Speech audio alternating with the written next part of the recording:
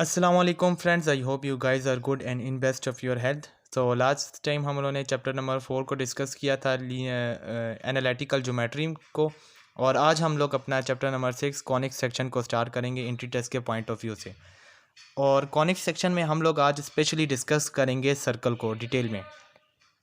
Circle का centre क्या होता है, उसका रेडियस क्या चीज़ होती है, और सेंटर और रेडियस अगर हमारे पास गिवन हो तो हम लोग सर्कल की इक्वेशंस किस तरह लिखेंगे। ये चीज़ें आज हम लोग डिस्कस करने लगे हैं इस वीडियो में। ठीक है, तो पहले हम लोग स्टार्ट कर लेते हैं कि सर्कल जो है वो जनरेट कहाँ से होता है। बल्कि ये जितनी भी सारी भी शेप्स हैं हमारे पास, सर्कल हो गया, हाइपरबोला, इलिप्स, ये सारी चीज़ें जो हैं हमारे पास जनरेट होती हैं कोन की कटिंग से। तो कोन क्या चीज़ है पहले उसे देख लेते हैं। मैंने आप लोगों के सामने ये शेप ड्रॉ करके रखी है, इसे हम लोग बोलते हैं कोन। इसमें हमारे पास जो ये वर्टिकल लाइन है ये कहलाती है हमारे पास एक्सिस ऑफ कोन।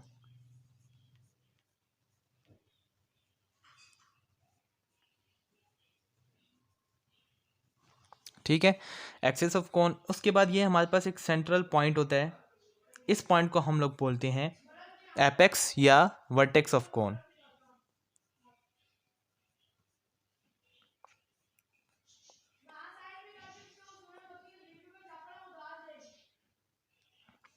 अच्छा, इसके अलावा हमारे पास ये जो पहले जब हमारे पास वर्टेक्स आएगा हम लोग इस लाइन को एक टिल्ट कर देते हैं। ये जो स्ट्रेट लाइन होती है इसे हल्का सा टिल्ट करते हैं। तो टिल्ट करने के बाद जब इसे हम लोग रोटेट कराते हैं तो हमारे पास ये कोन जनरेट होती है। तो ये वाली जो लाइन है इसे हम लोग बोलते हैं जनरेटर ऑफ कोन।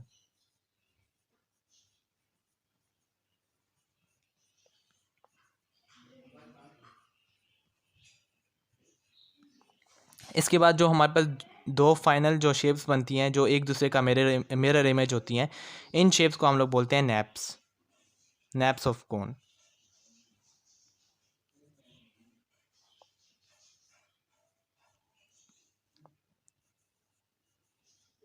ये दो हैं नैप्स ऑफ कोन।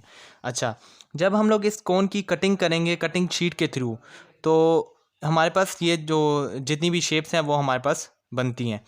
सबसे पहले अगर हम लोग कटिंग करेंगे perpendicular to axis, axis of cone ये है, तो एक्सिस के जब हम लोग परपेंडिकुलर कटिंग करेंगे मतलब कि इस तरह जब भी कटिंग करेंगे तो हमारे पास जो शेप जनरेट होगी उसे हम लोग बोलेंगे सर्कल।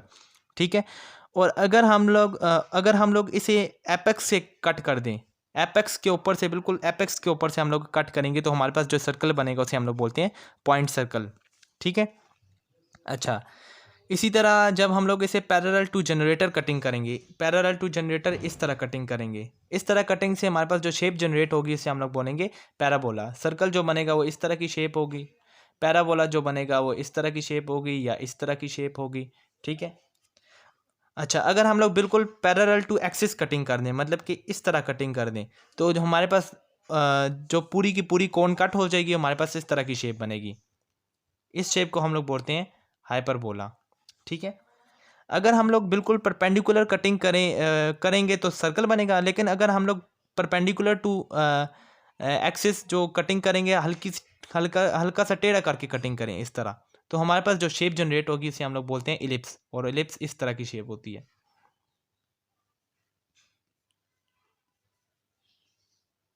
ठीक है, इस तरह ये जो डिफरेंट शेप्स हैं ये कोन की कटिंग से हमारे पास जनरेट होती हैं। ठीक है, आगे हम लोगों ने देखना है सर्कल को। सर्कल क्या होता है, उसकी उसकी स्टैंडर्ड इक्वेशन क्या होती है, और स्टैंडर्ड इक्वेशन में से हम लोग सेंटर के सर निकालते हैं और रेडियस के सर निकालते हैं। ठीक है, तो सर्कल हमारे पास इस तरह की एक शेप होती है गोल बिल्कुल। ठीक है, उसका एक सेंटर होता है दरमियान में। सेंटर से लेके आउटर जो लाइन होती है सर्कमफ्रेंस तक का जो डिस्टेंस होता है उसे हम लोग बोलते हैं रेडियस ऑफ सर्कल। और रेडियस को हम लोग रिप्रेजेंट करते हैं ए के साथ या आर के साथ, स्मॉल आर के साथ, किसी से भी रिप्रेजेंट कर सकते हैं रेडियस ऑफ सर्कल। ठीक है। अच्छा, ये जो सेंटर है ये कोऑर्डिनेट एक्सिस में कुछ इस तरह पॉइंट होता है, एक्स वाई होता है या एक्स वाई कोई भी पॉइंट होता है कोऑर्डिनेट एक्सिस में। ठीक है। अच्छा, ये है हमारे पास स्टैंडर्ड फॉर्म ऑफ सर्कल।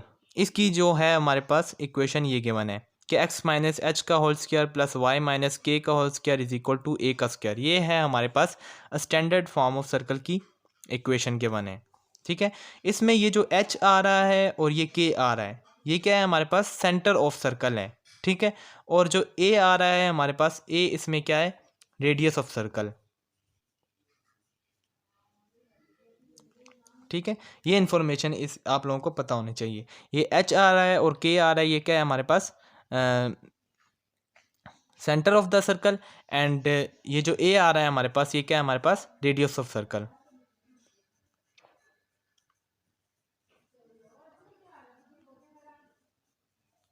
और ये जो इक्वेशन है इसे हम लोग बोलते हैं स्टैंडर्ड फॉर्म ऑफ सर्कल।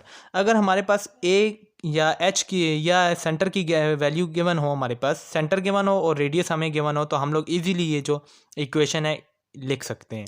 ठीक है, आगे हम लोग देख लेते हैं general form of circle. General form की जो इक्वेशन है सर्कल की, वो क्या है। ठीक है, तो हमारे पास है एक्स स्क्वायर। जनरल फॉर्म की जो इक्वेशन है वो है हमारे पास एक्स स्क्वायर प्लस वाई का square plus 2g(x) plus 2f(y) plus c is equal to 0। इस इक्वेशन को हम लोग बोलते हैं जनरल फॉर्म ऑफ सर्कल।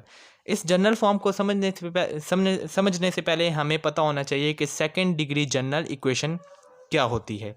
तो सेकेंड डिग्री जनरल इक्वेशन की फॉर्म ये लिखी हुई है, ये आप लोगों को याद होनी चाहिए।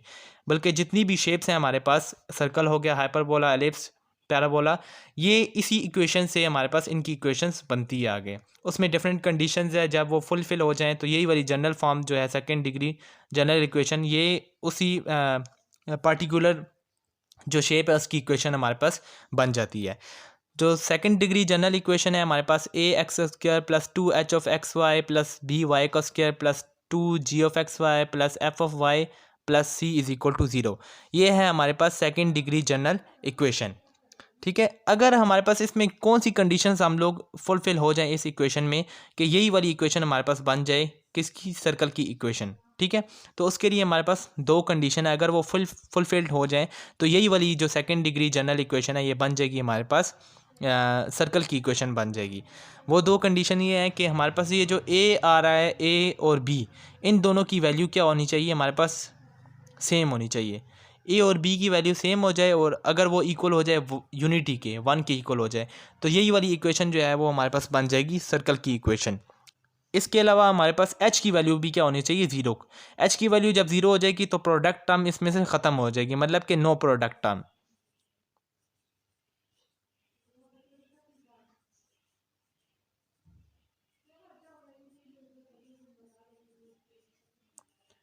जब इसमें से प्रोडक्ट टर्म ख़त्म हो जाएगी तो हमारे पास क्या आ जाएगा, यही वाली इक्वेशन बन जाएगी सर्कल की इक्वेशन। जिस तरह ए की वैल्यू जब 1 हो जाएगी तो एक्स का स्क्वायर बन जाएगा, प्लस ये वाली जो प्रोडक्ट टर्म है ये इसमें से ख़त्म हो जाएगी, प्लस बी की वैल्यू 1 आ जाएगी तो वाई का स्क्वायर हो जाएगा, एक्स का स्क्वायर प्लस वाई का square plus 2g(x) plus 2f(y) plus c is equal to 0।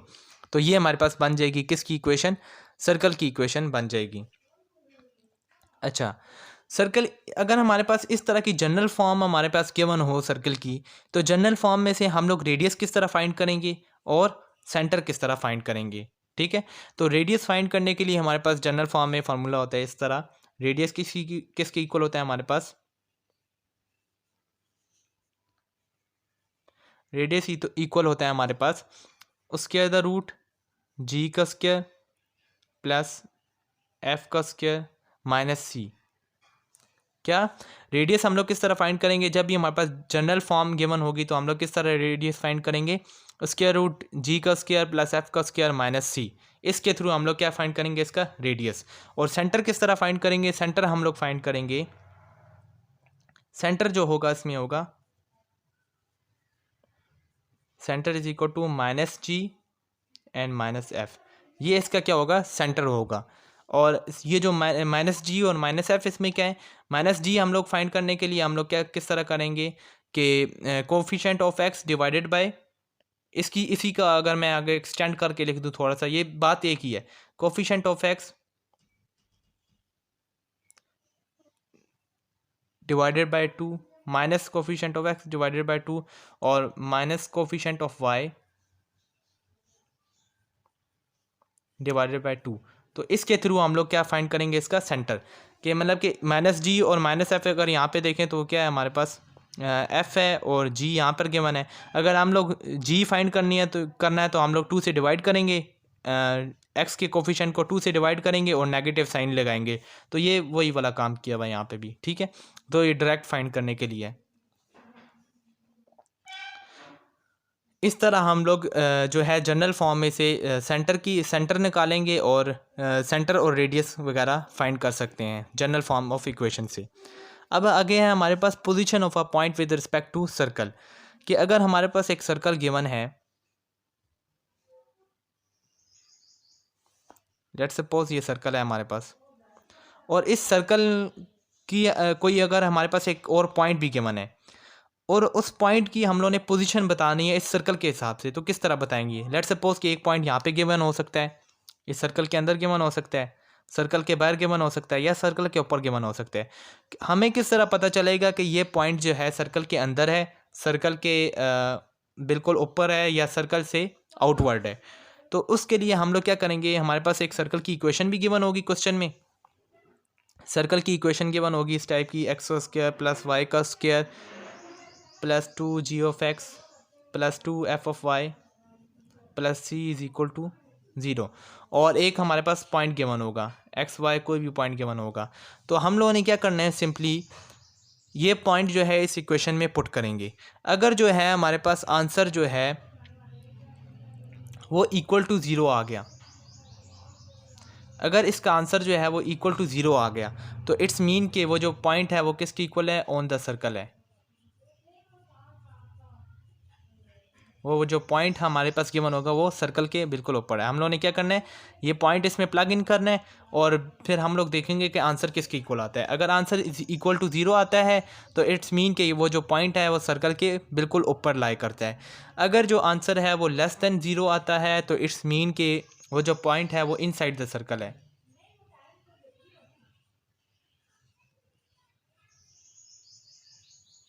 और आंसर अगर <0 आता है तो इट्स मीन कि वो क्या है, आउटसाइड द सर्कल। ठीक है, ये 3 कंडीशन है। आगे है हमारे पास टेंडेंशियल डिस्टेंस। टेंडेंशियल डिस्टेंस कब होगा हमारे पास, कब ये पॉसिबल है। देखें, टेंजेंट होता है हमारे पास, टेंजेंट एक ऐसी लाइन होती है जो एक सर्कल को एक ही पॉइंट के ऊपर टच करके जाए। अगर तो वो पॉइंट जो है हमारे पास गिवन है वो सर्कल के इनवर्ड लाई करता है, तब तो टेंजेंट बन ही नहीं सकता। अगर सर्कल के ऊपर लाई करता है तब भी टेंजेंट जो है वो पॉसिबल नहीं है। एक ही कंडीशन पे पॉसिबल है कि जब वो जो पॉइंट है वो सर्कल से आउटवर्ड हो, तो तब वो टेंजेंट उस पॉइंट से सर्कल की तरफ बन सकता है। तो तब जो है वो टेंजेंट जो है वो 2 टाइप्स के बन सकते हैं, या तो इस साइड पे बनेगा या तो इस साइड पे बनेगा। ठीक है, इस पॉइंट पे कट करेगा, टच करेगा सर्कल को। तो एक पॉइंट से 2 टेंजेंट बन सकते हैं सर्कल की तरफ। ठीक है, दोनों की लेंथ जो होगी वो बराबर होगी। ये x1 y1 कोई भी 2 पॉइंट हैं जहाँ से ये सर्कल की तरफ टेंजेंट्स बन रहे हैं। ठीक है, तो हम लोगों ने टेंडेंशियल डिस्टेंस हम लोगों ने फाइंड करना है। तो टेंडेंशियल डिस्टेंस फाइंड करने के लिए हम लोग क्या करेंगे, हमारे पास एक गिवन होगी सर्कल की इक्वेशन और एक पॉइंट गिवन होगा जहाँ से हम लोगों ने सर्कल की तरफ जो टेंजेंशियल डिस्टेंस उसका फाइंड करना है। तो पहले तो हम लोग ये 3 कंडीशन चेक करेंगे, वो पॉइंट जो है वो सर्कल के ऊपर लाई करता है, सर्कल की इनसाइड लाई करता है, या सर्कल के आउटसाइड लाई करता है। अगर तो वो इनसाइड या ऑन द सर्कल लाई करता है तो तब टेंजेंशियल डिस्टेंस जो आएगा वो पॉसिबल नहीं है फाइंड करना। अगर तो वो आउटसाइड लाई करता है तो तब उसका क्या होगा, टेंजेंशियल डिस्टेंस होगा। तो टेंडेंशियल डिस्टेंस हम लोग किस तरह फाइंड करेंगे, फिर हमारे पास एक इक्वेशन गिवन होगी क्वेश्चन में, x² + y² + 2g of x + 2f of y + c = 0।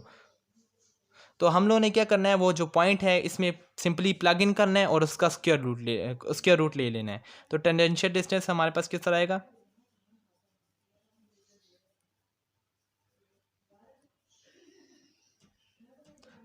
वो आएगा हमारे पास वही वाला पॉइंट हम लोगों ने इसमें प्लग इन करना है जो हमारे पास गिवन होगा, x1 y1 कोई भी जो पॉइंट है वो गिवन होगा, इसमें हम लोगों ने प्लग इन करना है इक्वेशन ऑफ सर्कल में। और उसका हम लोगों ने ले लेना है स्क्वायर रूट। x1 का स्क्वायर आ जाएगा प्लस y1 का स्क्वायर आ जाएगा प्लस g ऑफ x1 आ जाएगा प्लस 2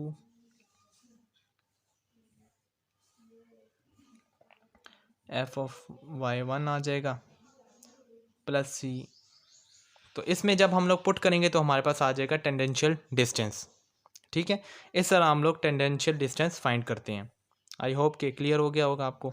कंडीशन ऑफ टेंजेंसी, तो कंडीशन ऑफ टेंजेंसी होती है हमारे पास कि अगर हमारे पास एक इक्वेशन ऑफ सर्कल है, सर्कल की इक्वेशन हमारे पास क्या बना है, एक्स स्क्वायर प्लस वाई का square is equal to a का स्क्वायर, और एक लाइन की इक्वेशन क्या बना है, y is equal to m x plus c. तो कंडीशन ऑफ टेंजेंसी क्या होगी हमारे पास, कंडीशन ऑफ टेंजेंसी ये होगी हमारे पास सी square is equal to a का स्क्वायर एंड 1 प्लस एम का स्क्वायर। अच्छा, इसमें हमारे पास ये जो सी है हमारे पास, सी इसमें होगा हमारे पास वाई इंटरसेप्ट,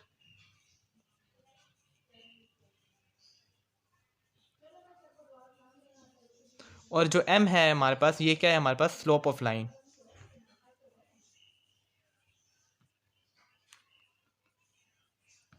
सही है। तो आज हम लोग अपना जो लेक्चर है वो यहाँ पर ही एंड करेंगे। इस सर्कल वाली जो वीडियो है इसमें हम लोग नेक्स्ट वीडियो में हम लोग जो है MCQs related to circle discuss करेंगे। ठीक है, ये वाली इन्फॉर्मेशन आप लोगों ने अपने माइंड में रखनी है, और फिर इसी से रिलेटेड हम लोग नेक्स्ट जो लेक्चर है उसमें MCQs वगैरह डिस्कस करेंगे। Thank you very much.